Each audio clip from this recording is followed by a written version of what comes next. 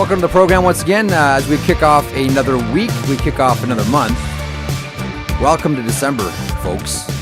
And now we're starting to get more of a snapshot of who's actually good, who's a pretender, who's a contender, what's a mirage, who's legit, what's fool's gold, all of the cliches, all of it. And we're going to get into it here in a couple of moments. And we have Pierre McGuire aboard, and that means it will be the quickest 60 minutes in hockey talk, podcast, radio, broadcast, anywhere. These conversations fly, so let's get right to the rundown for the show today to let you know what's going on and get right to Pierre. The Blueprint is powered by FanDuel. Download the app today and play your game. Coming up on the show, I already mentioned Pierre McGuire. He is standing by, and I've got a kind of not a guessing game, but I got a what I think is a pretty solid opening question for Pierre. How's that for a hook? So Pierre standing by. We'll talk about the Hawks and the Ducks yesterday.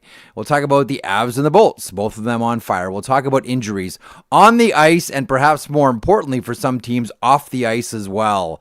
Some of the young guns around the league and more news and notes around Olympics and rostering of certain players. In the meantime, let's bring aboard the one and only Pierre McGuire. I look forward to these conversations like few others. Pierre McGuire joins me once again. Pierre, salut. How are you? Doing fantastic. Very nice to see you, Jeff. Good to see you too. So let's see how far we can get into this one. So, okay. Is the best team in the NHL in the Central Division? Yes, Colorado, and it's Dallas is going to be close. But here's one of the things that I use all the time, and I know you have a lot of people that study analytics on your show. Yeah. So here's two numbers I want people to think about. The goal differential for Colorado is plus 48. The goal differential for Dallas is plus 22. Yep. Those are the two best. Yep. Those are the two best. Oh, I know. That is it. That is a massive gap. Those are the two best. Think about that's a massive gap is right. And you know what? As much as I enjoy watching Ottawa Senators play, and I really do, I watched them play last night. That was game 6 of a 7-game road trip. Yeah. After the first period, they were doomed. Now, I know Timmy Stützle's turnover mattered, but you watched the complete play of the Dallas Stars. They're well coached. They're big. They're deep on defense. They got great role players. If you were to say outside of the Dallas market and maybe the Boston market because he played at Harvard and St. John's Prep, who Colin Blackwell is, how many people would even know that he's a player in the league? Every team would love to have him as well, and he looks so good playing on the squad. Okay, but let me go down this road one more. So we've established the best team in the NHL is in the Central. Is the second best team in the NHL in the Central Division as well? I think so. I think it's the Dallas Stars, and that's why I'm going to tell you. I think Colorado and Dallas are the two best teams in the league right now.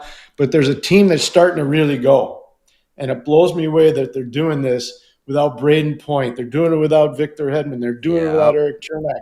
They're doing it without Ryan McDonough. Tampa Bay, John Cooper, I give him a ton of credit in this staff. They're doing it. And what they've done with their defense in particular, Robbie Zettler must be doing magical acts down there. Go look at the names of the players that are playing defense for Tampa right now and see how they're doing. They're playing tremendous hockey as a group. Really good hockey. J.J. Mosier and Darren Radish are, no offense to those players, but that's the top pair for Tampa right now. So maybe that answers my question then, because I was going to ask you, is the third best team in the NHL also in the Central Division as well? So you're saying it's Tampa, not Minnesota, even though Minnesota is on a real hot run right now. That Jesper Wallsted's pretty darn good, and they got a lot of players that are playing with a lot of energy. And I'm not going to say anything negative about Minnesota because my son's part of their organization, so I'm not going to say anything. But I have a tremendous amount of respect for Coach Hines, and obviously his staff is really strong. And Billy has done. I think Billy's done a fantastic job with their team, and the unseen hand there, who doesn't get enough credit, is Matt Hendricks.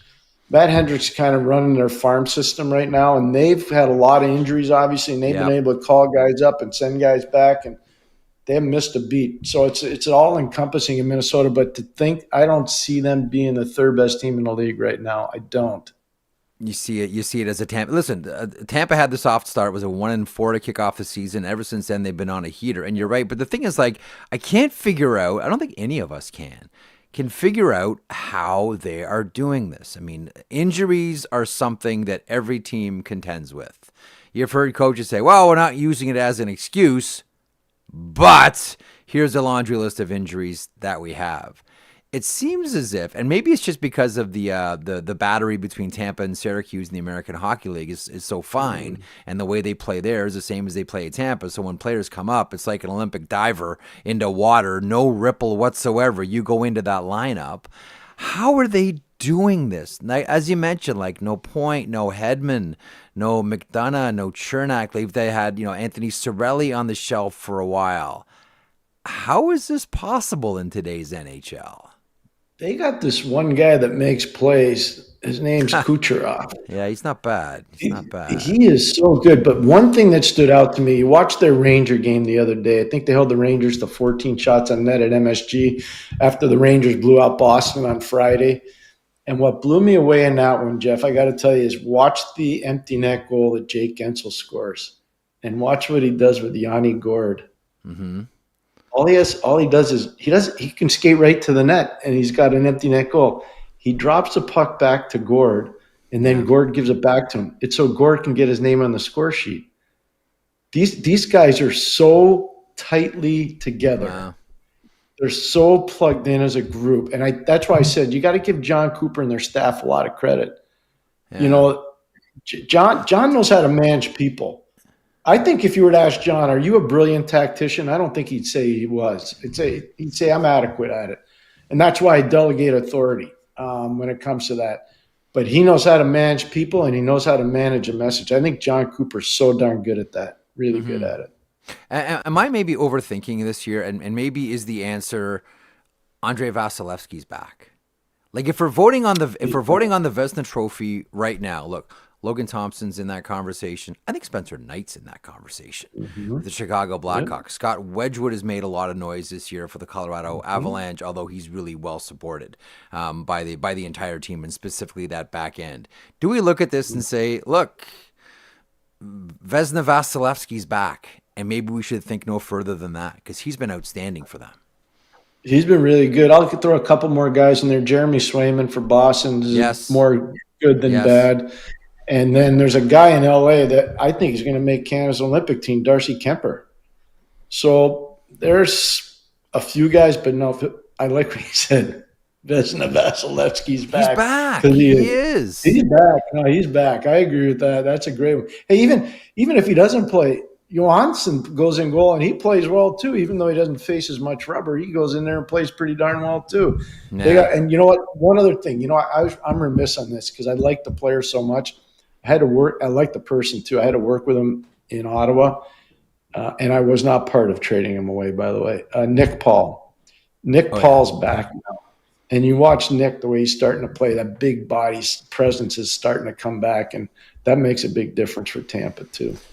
That was a theft. That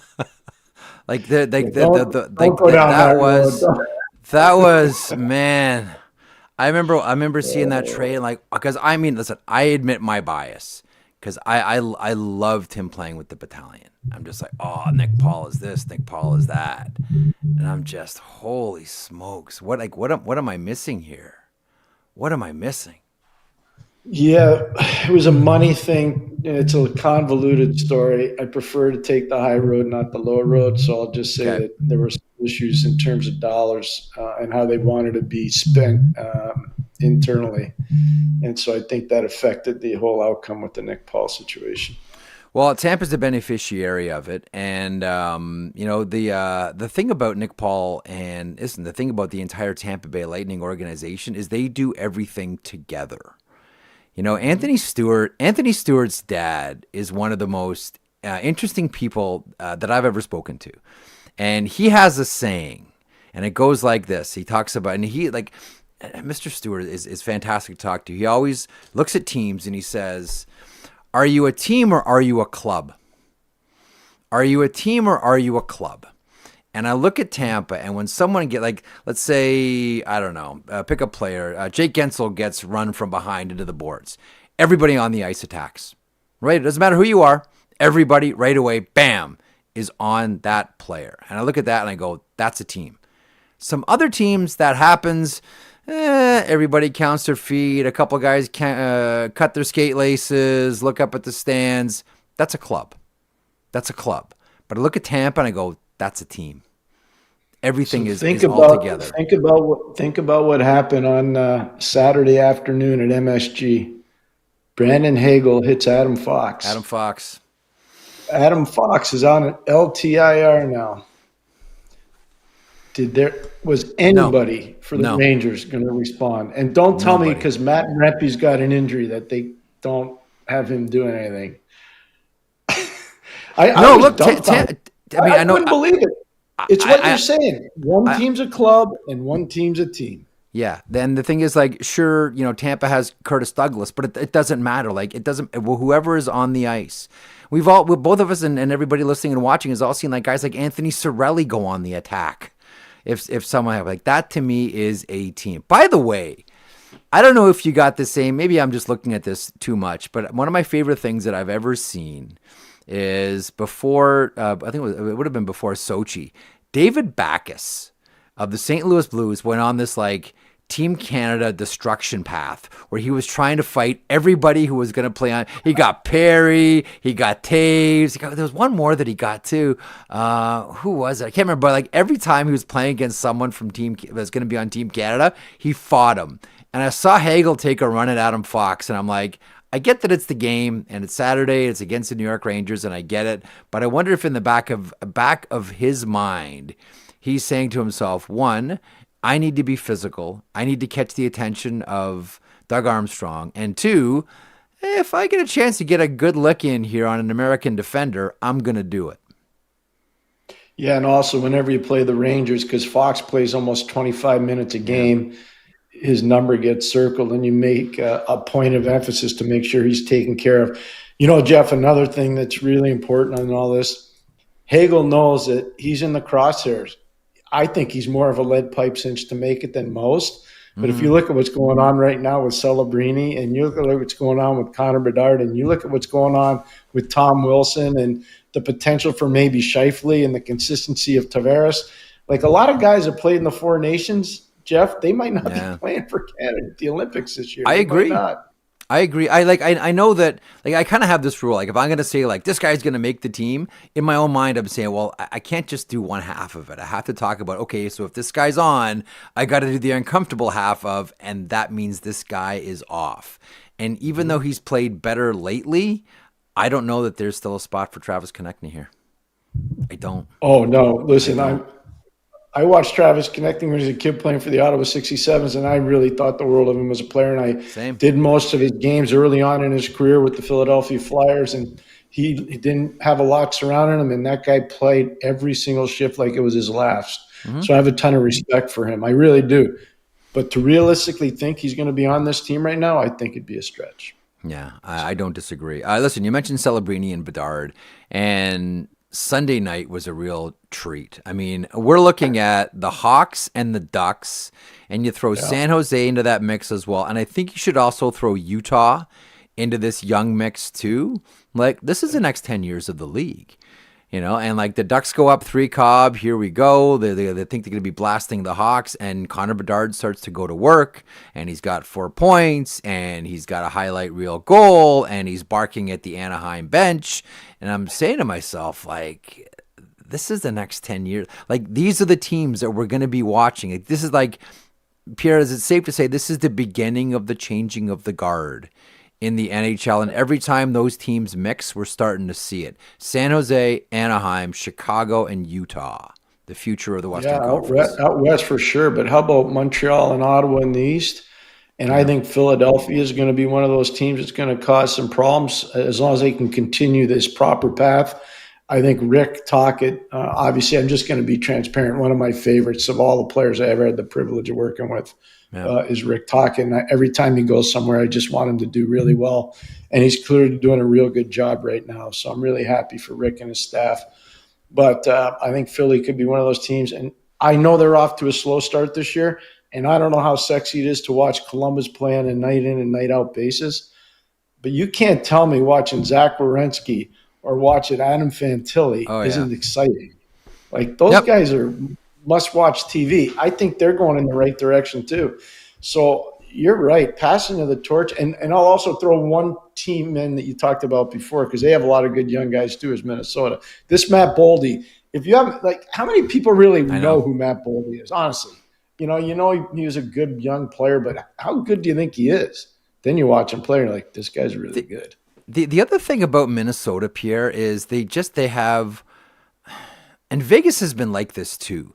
They have a way to play. They have the different styles of game, and so you're like me. We're all over the place watching games every single night. But I find myself this year more so maybe than ever stopping for longer on Minnesota games. And it's not just this run, although this run is really pronounced. I love watching this team right now. These games are flat out fun to watch, Pierre. They really are. They are. And Boldy's a big part of that, no question. Getting Zuccarello back, huge. I don't know how much that's talked about, was massive for their group, really massive for their group. But Brock Faber, I think everybody kind of knows his name because he played in the Four Nations last year. And he was an integral part of the University of Minnesota when they went to a national championship game and lost to Quinnipiac. Brock Faber's a real deal. This guy's a really good player. Zev William just continues to get better all the time. And he's got some stuff to work on defensively, but he's getting better all the time at that too. Minnesota's must-watch TV. I would agree with you 100%. I don't have them in that upper echelon yet, but I think they're getting darn close to being there. A couple of more teams here as we bounce around. Then I want to ask you, it's funny, I was having a conversation with an official about something that I want to ask your opinion on here in a couple of seconds. Okay. But you mentioned the Philadelphia Flyers. And there's a few things there. I think Dan Vladar, and it's not getting a lot of headlines, but Dan Vladar's had a really nice season for the Philadelphia Flyers. I still maintain that Sam Ersson the last couple of years has been really overworked. It's out of necessity. We understand it. But Dan Vladar has come in and has been excellent for the Philadelphia Flyers. But I know there was a tough turnover against New Jersey on the weekend, but Trevor Zegras, leads the team in points. He still looks like he's having fun, but he still looks like he's a more mature hockey player. And if there's a more automatic player in the shootout than Trevor Zegras, I haven't seen the guy. He's like the new TJ Oshie. It's funny. I was having a conversation with someone over the weekend. Do you think USA takes Trevor Zegras just for the shootout?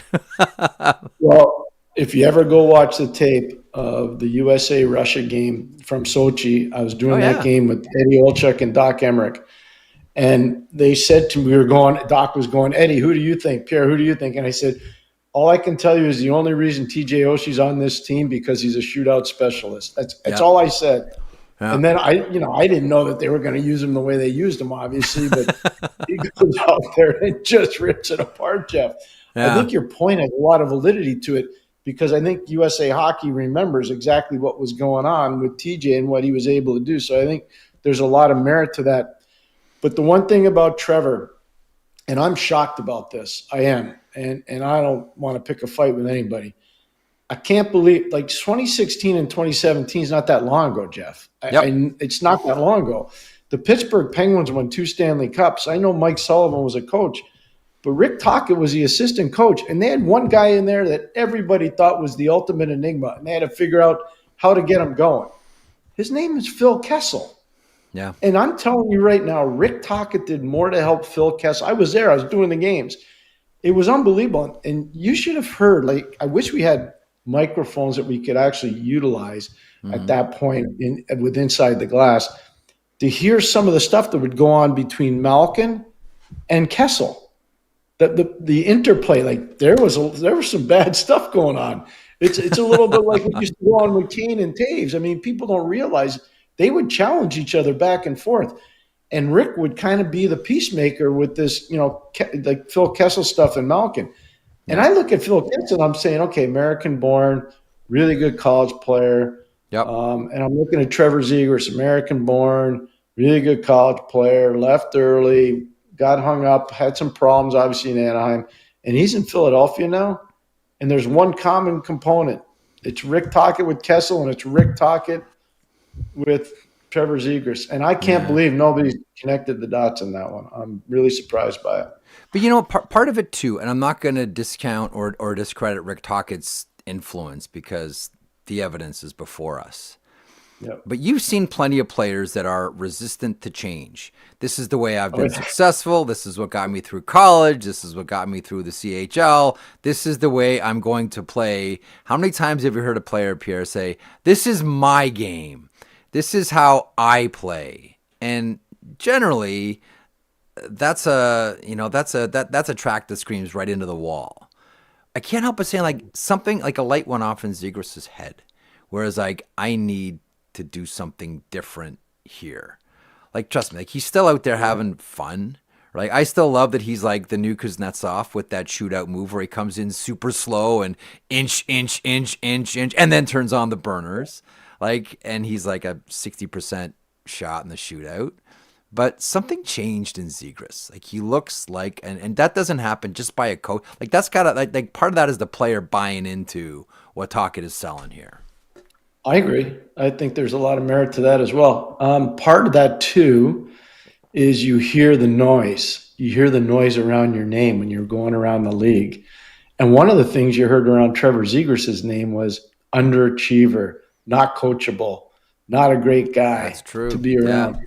Yeah, there was a lot of noise. I've known Trevor. Listen, Trevor and Spencer Knight played for Mid-Fairfield. Okay. And I was there a lot watching them practice because my son would go on an hour later because he was younger than them by a couple of years. And so I lived in the same neighborhood. I watched all the games. Trevor was dynamite. Spencer Knight was off the charts good. Yeah. And those teams never lost. Like, it was crazy how good those teams were. The point being is that Trevor was always ahead of his peer group. He was always ahead of his peer group. And I think that made the game easier for him. But then you get to the NHL and everybody's just as good as you. And, it comes down to how coachable they want to be. Jerry York, the Hall of Fame coach at Boston College, I'll never be able to thank him enough for asking me to come talk to his team from time to time when he was at Boston College. And he said something to me once in his office I'll never forget. I much prefer to have a great player who's a good person than a great player who's a bad person. I said, Coach, that's not really that complicated. And he says, yeah, but here's why.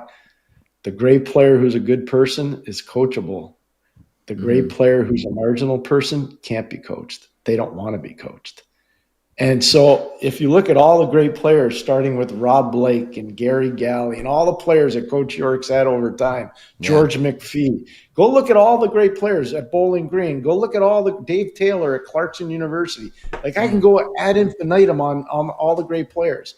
Here's a man that actually understands the principle of how do you develop great players. How do you do it? You find people that are really good people that want to listen, that want to be coached. All right, pause for 1 second, because when we return to the conversation, I'm going to be talking about here one of the teams that I want to talk to you about. So hold on to your thoughts on the Winnipeg Jets. This segment is a presentation of Prime Monday Night Hockey. Prime Monday Night Hockey streams all national regular season Monday night NHL games on Prime Video in Canada and is available free to Prime members in Canada. Stream Prime Monday Night Hockey exclusively on Prime Video and experience thrilling goals and dramatic plays from the NHL. Monday nights are hockey nights. Don't miss a moment of the action. Tonight, the Winnipeg Jets head to the KeyBank Center to take on the Buffalo Sabres. Puck drops at 7:30 Eastern. Check out the link in our description for the Prime Monday Night Hockey schedule on Prime Video, or go to primevideo.com/NHL.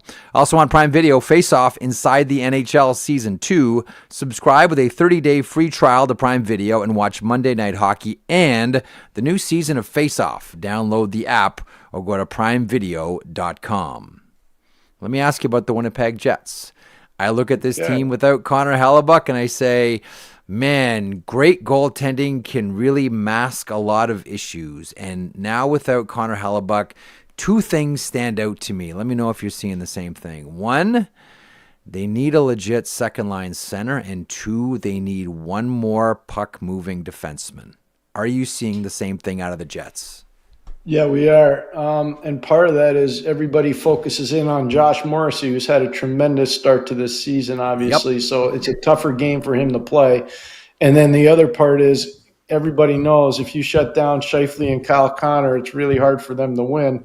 And so they're getting a lot of steady attention. So there's not enough diversity through the lineup in terms of insulating those better players. So I think that's been a bit of a problem for him, Jeff, on those two fronts. And then you take Hellebuyck out, and it's like there's no room for error. So everybody wants to win this race to 3 in the NHL. It's always you get to 3 first, you usually win. Yep. I don't know if you can say that in Winnipeg anymore. I just don't know if you can say that. Yeah, it's and listen, the as we talked about at the top of the show, like that division's not getting any easier. No. If anything, that is now that's the division of death, and you fall out of it quickly, and it's really hard to claw back. And that's where you wonder, like without Connor Hellebuyck, I don't think you can expect to play above 500 without Connor Hellebuyck and this Winnipeg Jets team. But if they can kind of hover around that area until he gets back, they have a chance. But every game without Connor Hellebuyck in there is a further step away from relevancy in the Central Division. I'd say it's a tough slog. Colorado, Dallas, now Minnesota, other teams as well. Listen, man, Chicago Blackhawks are in a playoff position right now. For crying out loud. Let's not forget Utah. Yeah, I mean, it's all tough. That's so well said. It's really appropriate too. So I'll try to take it to an Eastern bent. Okay. When Brady Tkachuk went down, it's a totally different position. But when Brady went down in Ottawa, they were relying on Linus Ullmark had to be really good. Jake Sanderson had to take his game up another notch, which is unbelievable to say, but he has. Yeah. And Timmy Stützle had to go to a whole other level. So I think Timmy's done that too. I know people are going to say, yeah, McGuire, sure. Did you see the turnover last night to Jason Robertson? Yeah, I watched the game. I know. Take that out of the equation. They all make turnovers. Everybody that's ever played the game makes turnovers. So it was a bad play by Timmy.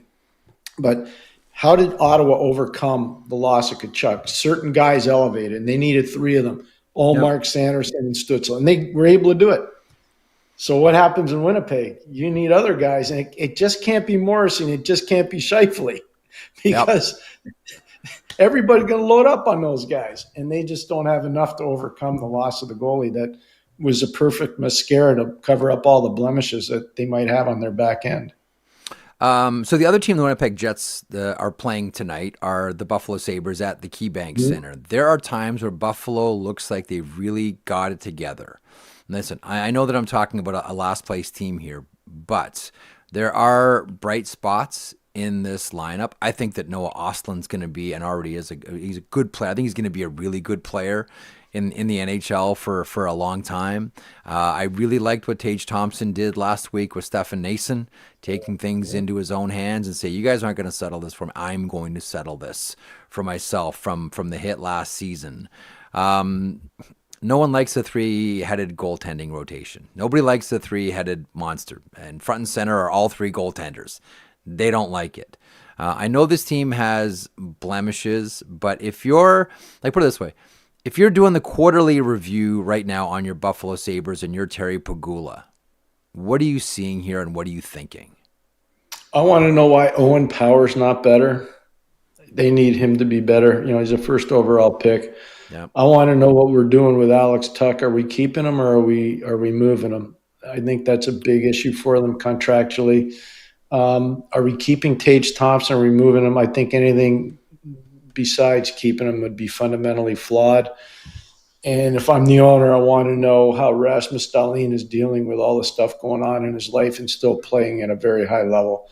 They're not deep enough on defense right now. I love what you said about Noah Ostland. I saw him play so much for Djurgården. he played with Liam Ogren, man. I'm telling you, those two guys were just running over people. It was unbelievable to watch those two guys in particular in Djurgården. The first time I went over to watch them, I talked to Barry Smith, who was coaching in Djurgården at the time, and then he lost his job, and Barry and I worked together in Pittsburgh. So I said, Barry, anything I should be looking out for? He goes, oh, yeah, there's an undersized guy. His name is Noah Ostland. Watch this guy. And there's this gigantic guy that's probably the fittest guy there. His name is Liam Ogren. And I went and I saw both guys, and this was before they were drafted. And to see them in the Djurgården building in particular, pretty special. And now, you know, both guys obviously playing in the NHL, and Noah's really, as an undersized player, Jeff, you got to give that kid full marks. Like, he's been really good.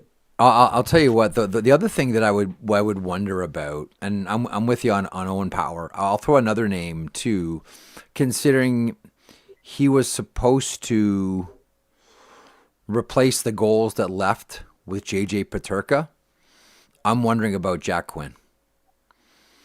So there are nights where he's really good. I think you would agree. Yep. And there are other nights when he's not as good, which I would agree with you on. Again, a lot like watching other players when they played junior and watch Jack play for Ottawa 67s. Yeah. Man, he knew how to find the back of the net. I mean, he just did. That just was his calling card. And whether it's the injuries, whether he got rushed in the league too soon as a young guy, he's not at the level I was expecting at this time of his career. But I want to be fair to him too and think that, it hasn't been easy for him. If you're a good young player on a marginal team or a non-playoff team, it's hard. Mm-hmm. It's hard. And then you get hurt, it becomes even harder. So I'm not prepared to write him off yet, but he's definitely got room to grow. There's no question. You mentioned Alex Tuch, and there's one almost, I don't want to say identical, but more similar than different, comparable that's out there, and they're the exact same age, and the point production is almost the same. One has more goals than the other, and it seems as if that's the number, Adrian Kempe. And are you prepared to do $80 million on Alex Tuch if you're the Buffalo Sabres? Because that to me looks like that to me makes that's the number for Tuch to stay. So here's the one thing that I think separates them. Adrian Kempe runs a power play as a forward on the back end. So he's doing what Mitchell Marner used to do in Toronto. Yeah. He's doing that in LA. So he's about a point-a-game player. I think you would agree. And I think a big reason why is because he can control the tempo of the game up there. I don't think – if I were negotiating against you, the one thing I'd say is Kempe runs a power play. Tuch's not running any power play, and he's not running it from the back end. He's not running it from the front end either. He did not run in the power play. Maybe he's going to be the guy that's going to post up in the slot.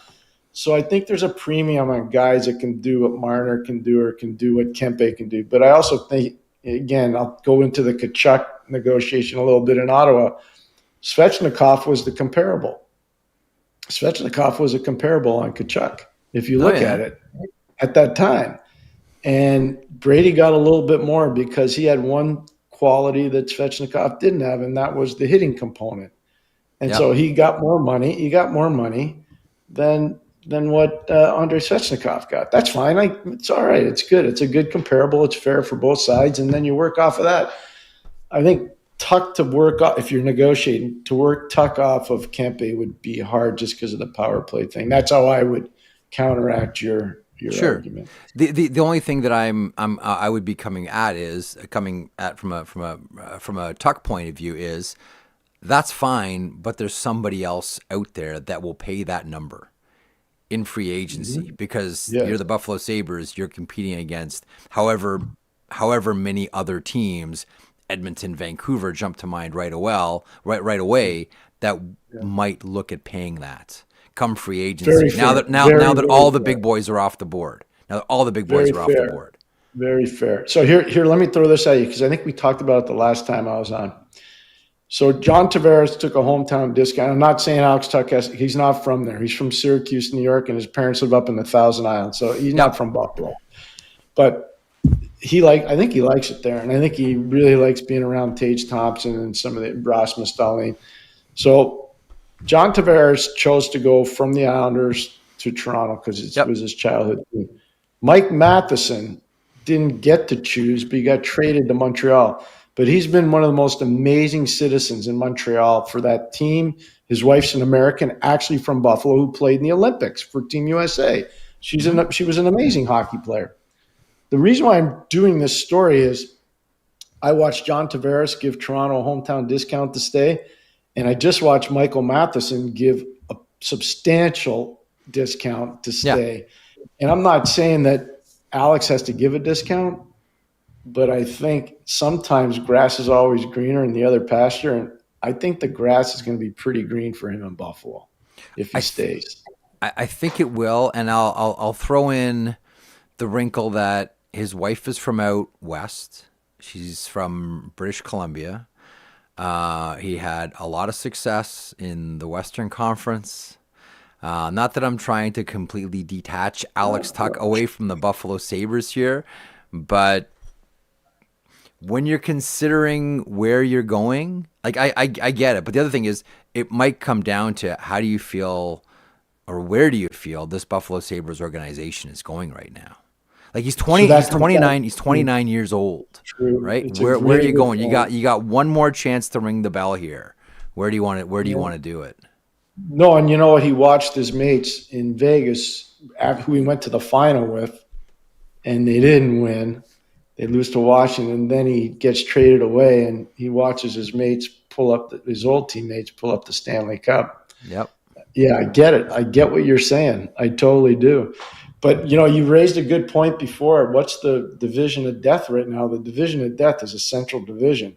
But what's the division of death coming up with Anaheim and with LA and with Seattle, with Vegas? I mean, just think about it for a second. Where he is right now in the Atlantic, Florida's getting older. Tampa's getting older, even though it's mind-shattering what Tampa's able to do. Boston's in transition, and I think Swayman's helped them. And how about Morgan Geekie? I mean, think of what they're doing in Boston. And what Morgan Geekie has the same amount of goals as Nathan McKinnon. He's got 20. I know. And in the calendar year, he's got the most of anybody in the NHL. It's ridiculous. I know. Anyways, so what I'm saying is the division that they're in right now in Buffalo might actually be one where you might be able to see your way out of it because the Metro, I think, is going through real big turmoil and turnover in the Metro. So I don't know. We'll see. I'm really I'm glad you brought up Morgan Geekie. He's one of my favorite stories right now. And I think he's a lot of people's favorite story right now because it's incredible what happens when a player finds a place where he's comfortable and rewarded. Like, make no mistake about it. Morgan Geekie could have got more money. Again, we'll go back to the Mike Matheson. He could have got more money. He's comfortable. He's happy. He's productive.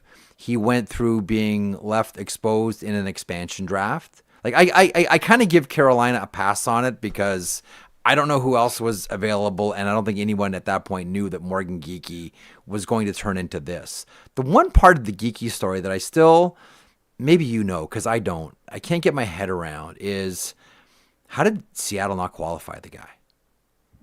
Like he goes to Seattle in the draft and then not qualified. Buffalo picks him up for a song. And he's turned into one of the top goal scorers in this NHL. Now, do we think that he's going to be right there with Nathan McKinnon and Leon Draisaitl and and all the rest of the usual suspects by the end? Well, you'd like to think so, but odds are probably not.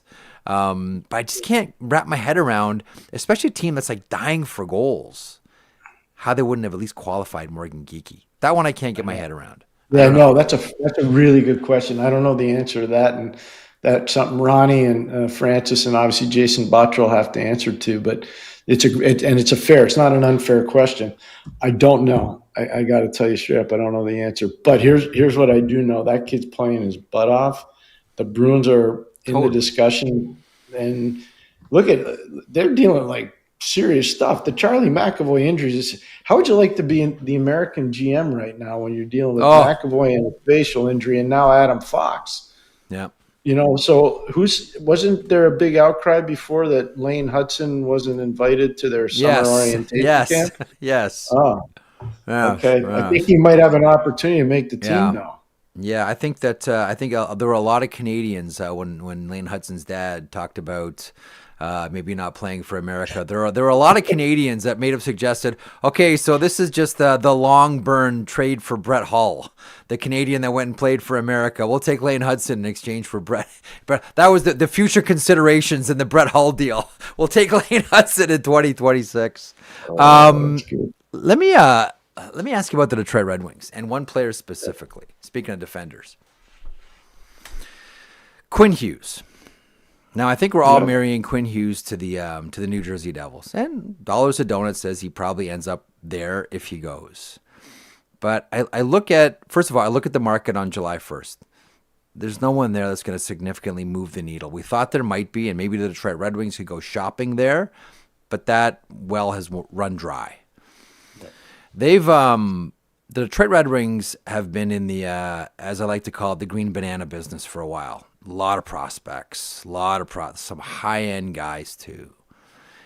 If you're the Red Wings and you know you need a push here, like we don't even call the building a new building anymore, and there hasn't been a playoff game.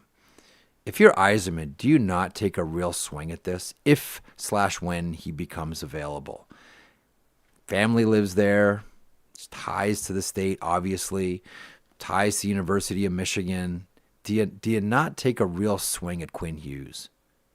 Yeah, like Dylan Larkin's there too. I mean, there's a lot going on there. So the answer is yes. JT Compher's another one, that's there. So the answer is yeah, you do. I still think New Jersey's probably leading the pack. We all do. Yeah, I agree. I agree with that. But I would say Detroit's got to be in the mix if that's what Steve wants to do. You said I forgot. I wanted to address it too because you said something that was really good about Tampa, and you're talking about how Tampa's got this wolf pack mentality, and yes, it really started when Steve Yzerman went there in 2010, right after the Olympics. Mm-hmm. It really did, and Julian was hired. Julian Breezeball Whalen was his assistant. But that whole Tampa thing switched when Yzerman got there. And that's no disrespect meant to the guys that came before him. It's just the reality of the business. And Steve did an amazing job there. And I think he's trying to put his footprint on the Detroit Red Wings. But I think he also realizes they've developed, as you say, the green banana business. They've done a real good job getting prospects. But some of those guys have been able to take the next step and some of them haven't. And I think they probably need some help right now. And what would that do to that marketplace? It hasn't played a meaningful game since 2014, 2015, really, so almost a decade. Yeah. You bring in Quinn Hughes, you ignite that marketplace. And I think the Ilitches have been amazing stewards of the franchise there. This would cement whatever you want to say. That would be a huge addition, huge addition for Detroit. That one would be massive. One more thought on one more team and a couple of players on it. And we've already discussed them a little bit, but then I want to get to our favorite segment when you're on, and this one involves the Montreal Forum.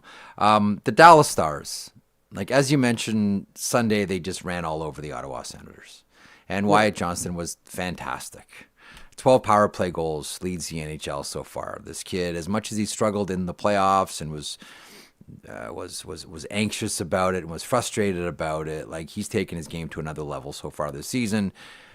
Like Jason Robertson, I know that the Dallas Stars don't want to pay him ranting and money, but every game that goes by, he just fills the net and continues to indicate to both the Dallas Stars that he's worth the money and to USA Hockey that he's worth the call for the Olympics. You've had a thought on the team. Do you have a thought on these two players specifically, Wyatt Johnston, and by the way, that was a great Joe McDonnell that was COVID year too. So you don't get a chance to watch Wyatt Johnston play and where they got him and how they got him and how they were like resolute that this was our guy. Like that's one of the great picks that we've seen in this generation.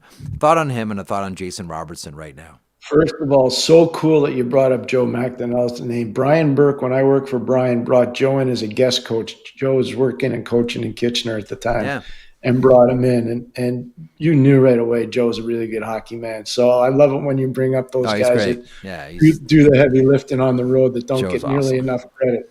So that's good. Wyatt obviously is a great opportunist and knows how to create ice for a smaller guy. He's been doing it for a long time. His release is electrifying.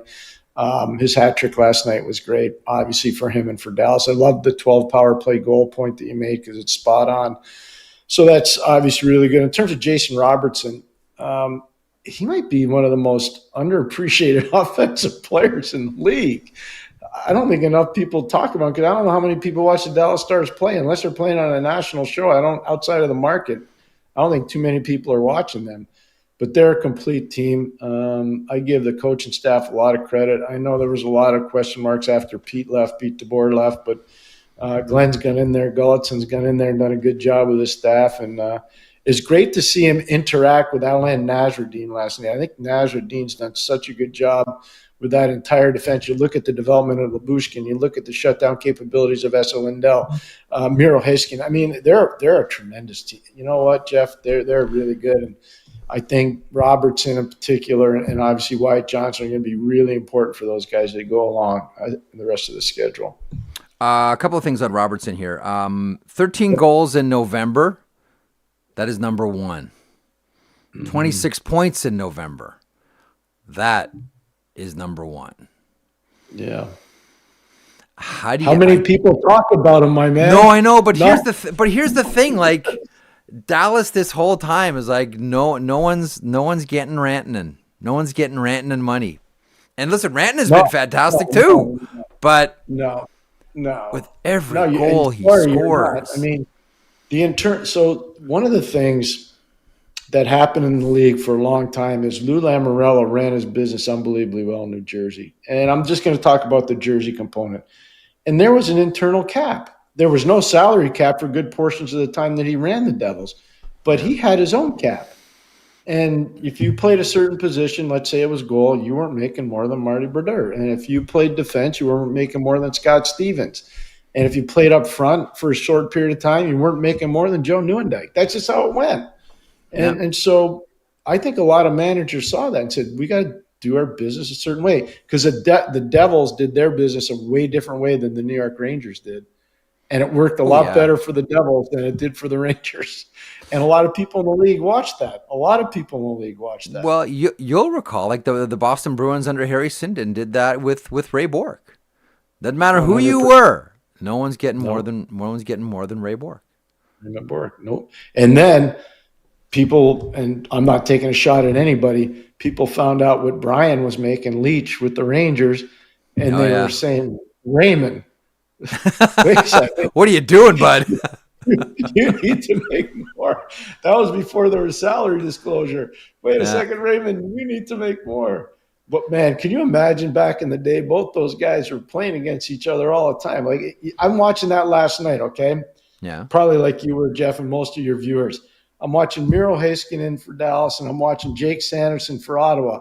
Yeah. And I'm thinking, this is Scott Niedermayer against Brian Leach. This is Raymond Bourque against Brian Leach. You know, I'm watching this going, this is unbelievable to watch these two guys play at the same time on the same ice. You know what one of the issues with that is, though, with those two players specifically, they live in the era of Cale Makar.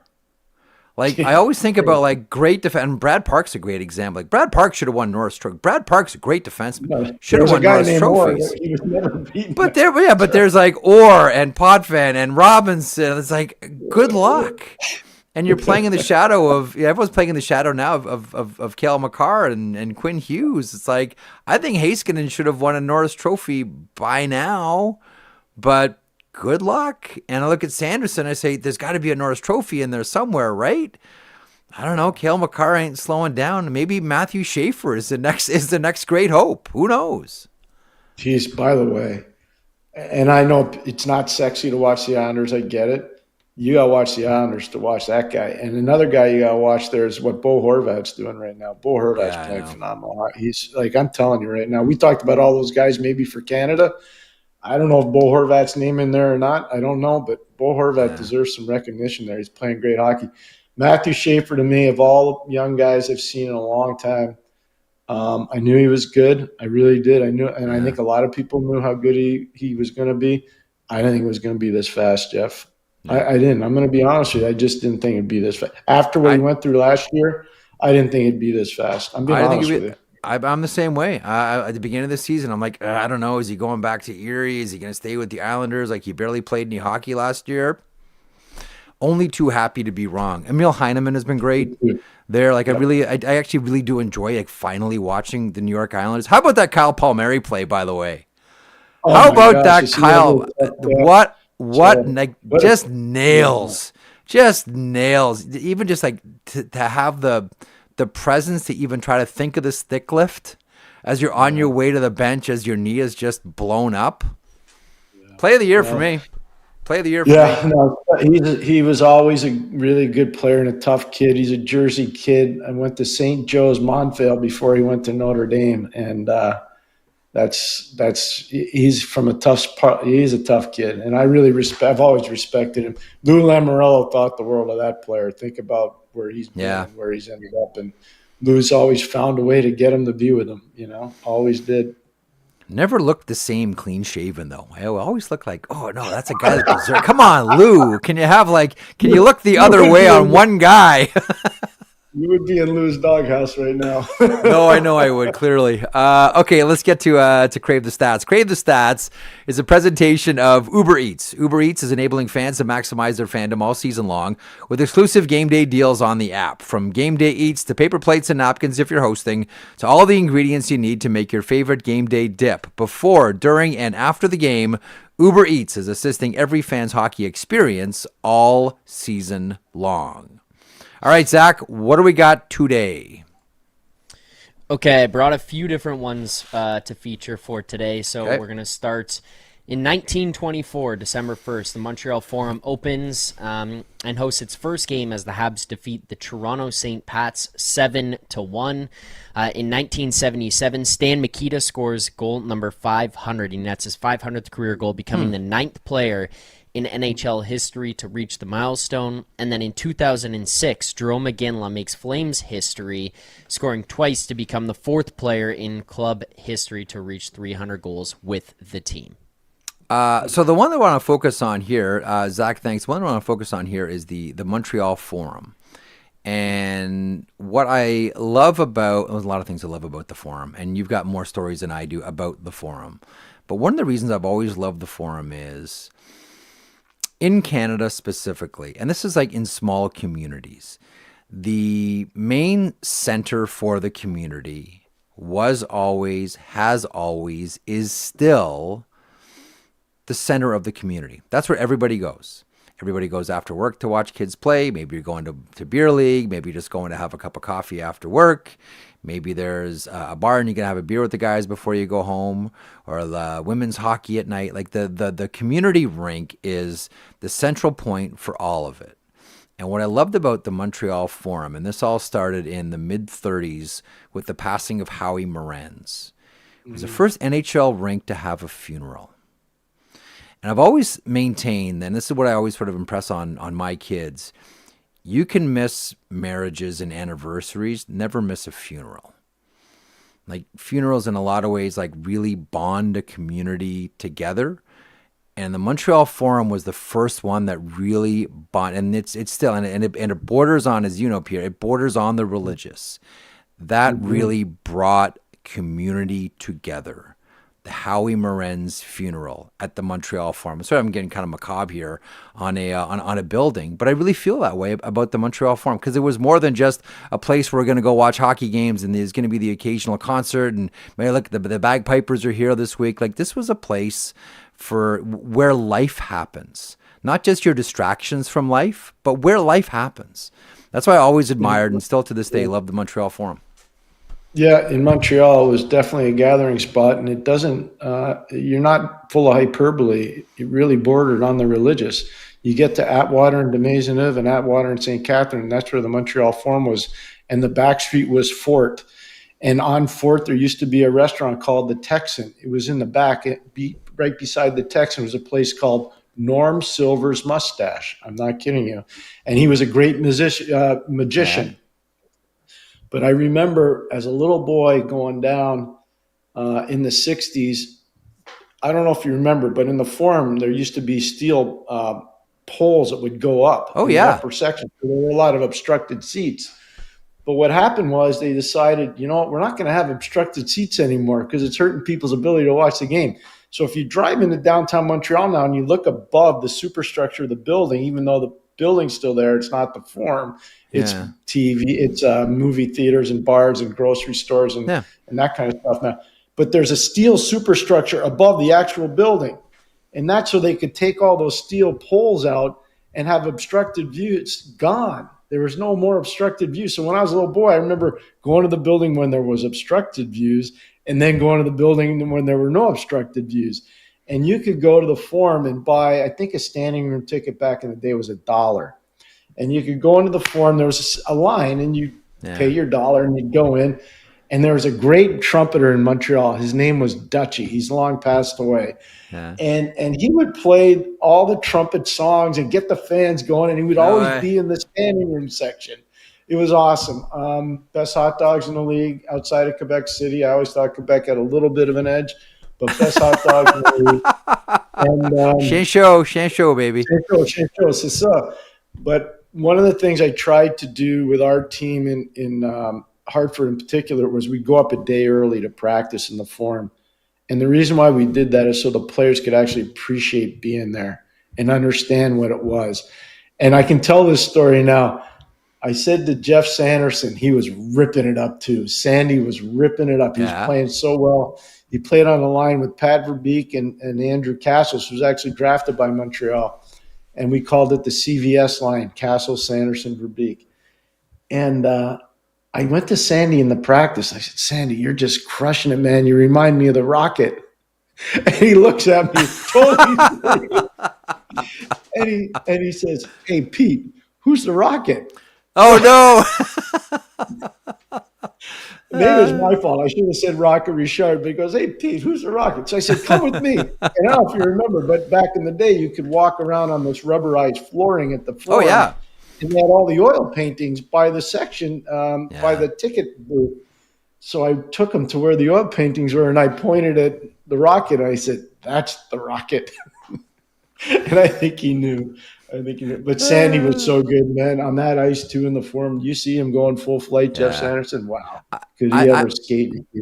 I was always told that Montreal, but even more so, the Colisée in Quebec City, had the stiffest boards at any rink. That when you got hit there, it was Montreal was really hard. Bobby Carpenter had a terrible leg injury there. I don't know if you remember. He went into the boards and shattered his leg. Bobby Carpenter. Did he play with the Caps? It was happened when he played in Boston or New Jersey. I think, I forget. Okay, but it happened. It was after the Caps. But it was a horrific injury. To your point, it was because of the boards. Hard boards. What I remember of all the hits, though, in Montreal as a little boy growing up, was Robinson on Dornhofer. And Larry hit Gary Dornhofer so hard it broke the boards. Those hard boards you're talking about, the boards actually broke. And they had to stop the game. This happened 45 or 50 years ago. I remember it clear as day. It's one of the legendary. And listen, Larry Robinson with a couple, like the Dornhofer hit was a massive one. But to me, when I think of Larry Robinson, I still think he's one of the most underappreciated superstar defensemen that we have ever seen, and we don't talk about Larry enough. The other one is that bench clearing brawl at the end of a period between the Flyers and the Montreal Canadiens. Larry was already in the room, and he came back out and he made a beeline for Dave Schultz. And grabbed him and started filling him up. And that began and as soon as Dave started to buckle, all the Flyers jumped on Larry. But that was the beginning of the end of the toughness era of the Philadelphia Flyers. And that was Big Bird.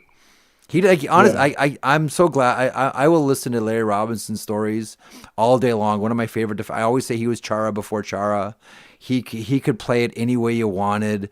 One of the most skilled defensemen. One of the toughest players. All of it.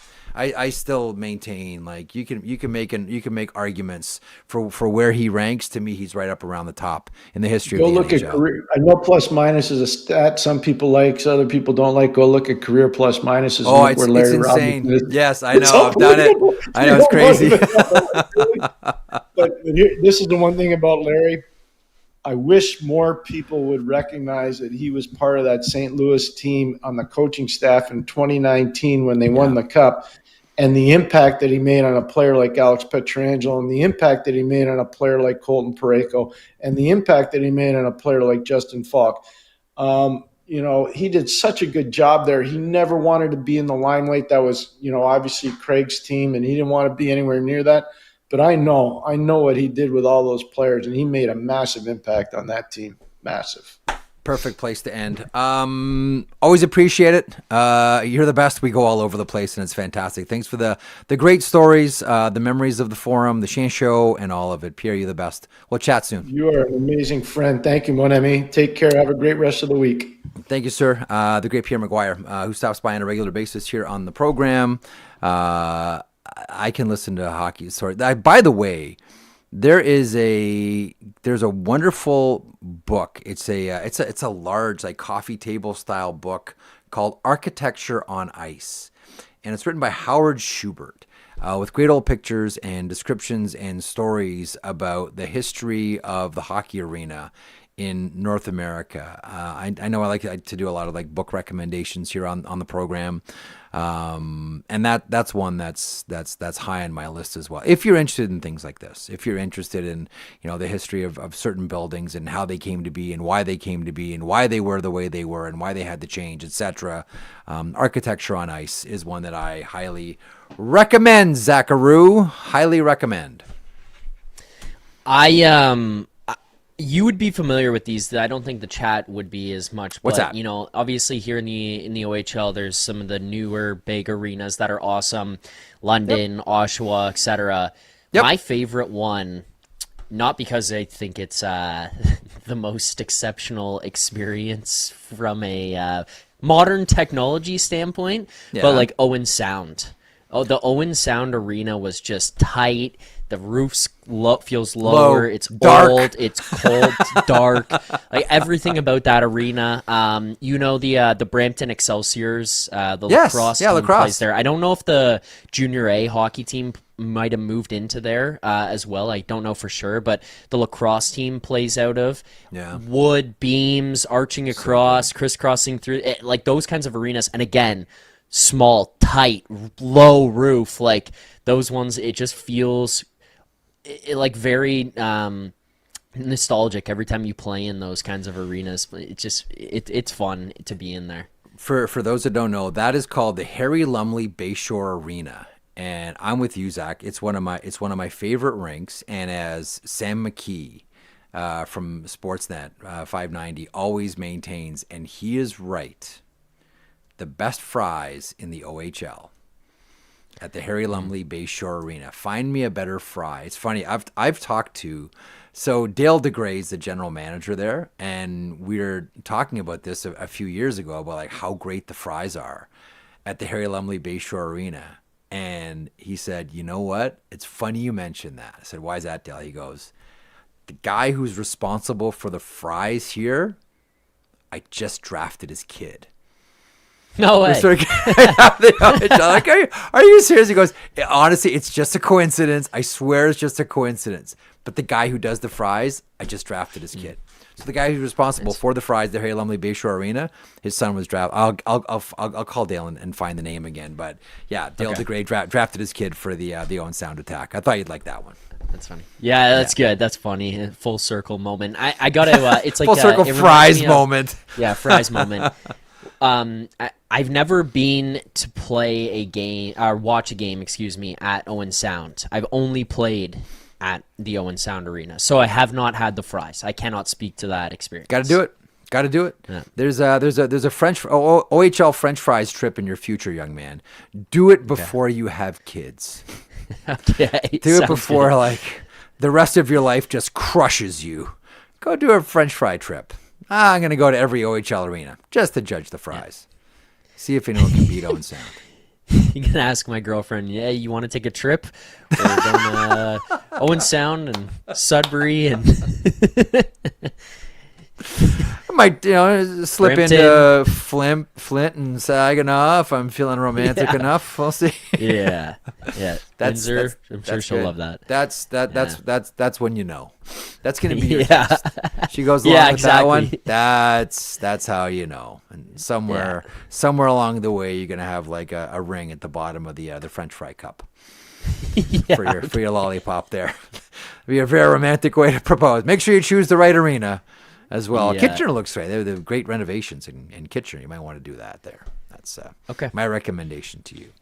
Anywho, a couple things here. The sheet is powered by FanDuel. Play your game with FanDuel. It's the NHL season, and FanDuel is your home for all the action on the ice. From Blue Line to BetSlip, we've got you covered all season with unique promos, live offerings, and more features to let you play your game. Missed puck drop, no sweat. With a live same-game parlay, you can build up your bets until the final buzzer. Download FanDuel Sportsbook today and play your game. Please play responsibly, 18 plus, and physically located in Ontario. If you have questions or concerns about your gambling or the gambling of someone close to you, please contact Connects Ontario at 1-866-531-2600 to speak to an advisor free of charge. We got 5 games tonight, Zach. We got 5. Mm-hmm.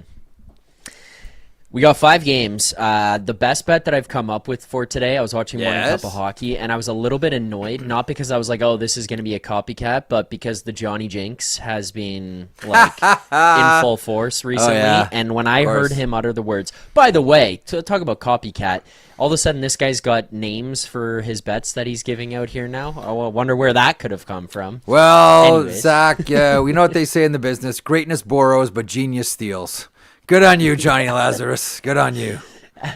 So he says, and I'm watching last night's game, and I'm like, okay, I got something for tomorrow based on who's playing. We're gonna follow this up, and then I hear Johnny say, anything you can do, I can do better, and I went, oh no. So he gave out Macklin Celebrini anytime goal. In the same theme of what I'm doing, Jeff, return of the Mac. So Macklin Celebrini tonight against Utah. I have Celebrini goal plus 160, Celebrini 3+ shots on goal, and the Sharks to win here tonight. It's honestly playing carbon copy. Sharks are playing Utah, by the way. You might want to throw that one out there for a little bit of spice. Sharks are playing Utah, just outside of Return of the Mac here for Sackaroo. I just kind of feel like there has been a little jostling all season long, and it's like all of a sudden you see, one guy does one thing. We saw the hat tricks games where they both did that, and then we saw now it's like it's just kind of anything Bedard does, game winners, OT winners, shootout goals the next night or later that day, whatever. It's like Celebrini is doing something on par or better or just right up there, even if he falls short of it, where it's just like these guys are just going shot for shot all season long. It's really fun to watch, but I was like, well, how can we turn this into something fun for the FanDuel segment today? So Return of the Mac it is, and hopefully, I don't even know, I shouldn't be making fun of the Johnny Jinx because I am the most I've been just absolutely sewering everybody that I've been putting in these, so it could be me, it could be Johnny. Maybe we can combine forces where the jinx from both ends is so bad that it just turns it and we win this one tonight. But that's the bet that I have. Yeah. Okay, so Return to the Mac tonight. The San Jose Sharks facing off against the Utah Mammoth. We'll pay attention to that one. Boko Amama, by the way, has been called up by the Pittsburgh Penguins. Playing the Philadelphia Flyers tonight, although I don't think Nick Delorier is in the lineup. Blue Jackets and Devils this evening, the Ducks and the Blues. Winnipeg Jets facing off against the Buffalo Sabres. That is your prime Monday night hockey game right there. Okay, Zach, great job. Dismissed. And want to thank Pierre McGuire for stopping by. Want to thank everybody for stopping by the chat, everybody for the downloads, for lending us your ears, lending us your eyes, and maybe hitting subscribe on our Daily Faceoff YouTube channel. That is always appreciated. Thanks to everybody who chimed in on the Rink Fries thing that I did on Twitter on Saturday. I think I might just keep doing that. Why not? Bored sitting around watching hockey games, just throw up random thoughts over the course of the evening. And tomorrow it's Greg Wyshynski. We'll find out about the deep fried turkey. I do understand things went well. And Greg is still in one piece, unlike, Listerrainen and Toropchenko and Jack Hughes, who are having all of these horrible accidents, either at restaurants or at home, preparing or being around food. So we'll get the time and the temp from Greg Wyshynski tomorrow. In the meantime, enjoy the rest of your night or your day or your night or morning, depending on when you watch or listen to this thing. 5 games on the go around the NHL this evening, and then tomorrow we're back to the more robust Tuesday 10-game sked. We'll get into all of it tomorrow, 1 o'clock Eastern, right here on the sheet. You're dismissed. We'll talk in 23 hours. Jeff Merrick along with you. I hope you enjoyed the program today. If you did, or maybe even if you didn't, they can't all be gems, folks. Please hit the subscribe button. Also a reminder, every morning, 9 a.m. Eastern, Johnny Lazarus, Colby Cohen, I call them the Impact Players. You might know them as a tandem that makes up the Morning Cup of Hockey. Also DFO Live at noon Eastern. This year, your host Tyler Yaremchuk alongside Carter Hutton. Full day's worth of programming right here on Daily Faceoff, your favorite YouTube hockey channel. And as a reminder as well, Zach Phillips, our producer here for the sheet, said if you subscribe, he'll buy you a puppy. It's true.